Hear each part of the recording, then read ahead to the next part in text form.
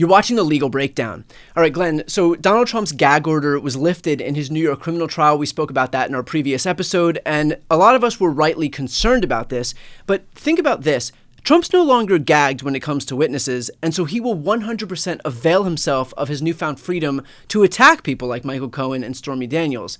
But Trump hasn't yet been sentenced. So I want to talk about the implications of Trump's inevitable attacks against these people in terms of Judge Maran taking these attacks into account when he sentences Trump on July 11th.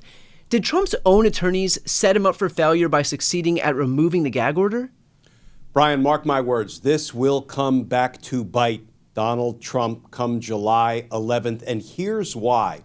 So until yesterday, there was still a gag order in place prohibiting Donald Trump from making statements about the witnesses, making statements about the jurors, and making statements about the DA's staff, the court's staff, and their family members. But Judge Maran just lifted, or more accurately, terminated 2/3 of the gag order. He said he is now free to talk about jurors. He is now free to talk about witnesses. And what will Donald Trump do? As you say, he will avail himself of the opportunity to begin threatening and harassing and perhaps even saying or posting violence-inducing statements regarding the witnesses and the jurors, which is what he always does, right? He threatens in one way or another everybody who is involved in trying to hold him accountable for his crimes. But here is why this represents a real silver lining and a real danger to Donald Trump. What if Donald Trump begins threatening people again, as he always was before the gag order? Of course, he continued to do it while the gag order was in place, and Judge Maran found him guilty of 10 counts of criminal contempt of court for violating the gag order. But setting that aside for the moment, when there is a judicial constraint on Donald Trump, a gag order, he is more likely to behave himself and not present a danger to witnesses. However, once that judicial constraint has been lifted or terminated, as the gag order just was in part, if Donald Trump begins lashing out again at witnesses and jurors, here is what that will give DA Bragg's prosecutors the opportunity to do. They will put that information, I promise you, into their sentencing memorandum that will be presented to the judge prior to July 11th. And then on July 11th at the sentencing hearing, they will probably argue some version of, Your Honor, you see the danger that Donald Trump poses to others, people who are involved in trying to hold him accountable for his crimes, when there is no judicial constraint or restraint or guardrails put in place, because the minute you lifted the gag order, he started lashing out at witnesses again and possibly even jurors. What does that prove to Your Honor's satisfaction? That the only thing that can neutralize the threat posed by Donald Trump is when the judicial system intervenes and restrains him, constrains him, controls him. You did it with a gag order, Judge, but once you lifted the gag order, he went back to his old, dangerous, violence-inducing ways. And you know what that means? That means that the only way to protect the witnesses and to neutralize the threat that is Donald Trump is to sentence him to incarceration, which is really the ultimate gag order.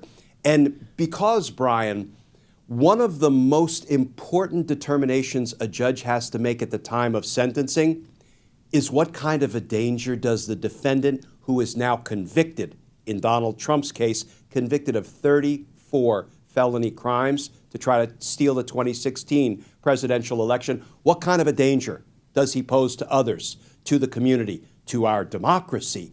And if he proves himself to be supremely dangerous when completely unconstrained, I'm telling you, that will play right into the prosecutor's hands, and you may very well see Judge Maran take that into account, and it will militate in favor of jail time.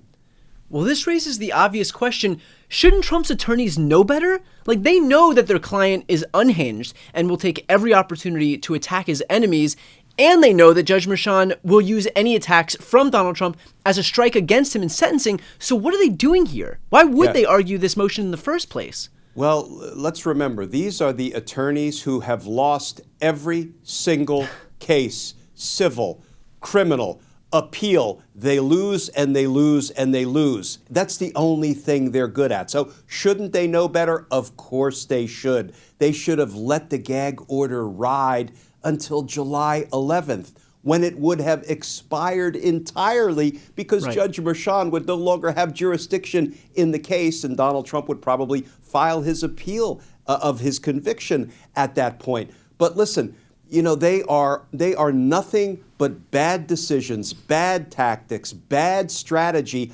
I believe most of it, Brian, is at the direction of an uncontrollable client. I don't think the lawyers cared one whit about whether the gag order remained in place until July 11th. But Donald Trump wanted desperately to threaten the witnesses and the jurors. So, of course, they catered to his every whim, and they do it to the legal detriment of Donald Trump. And you know what? I'm here for it.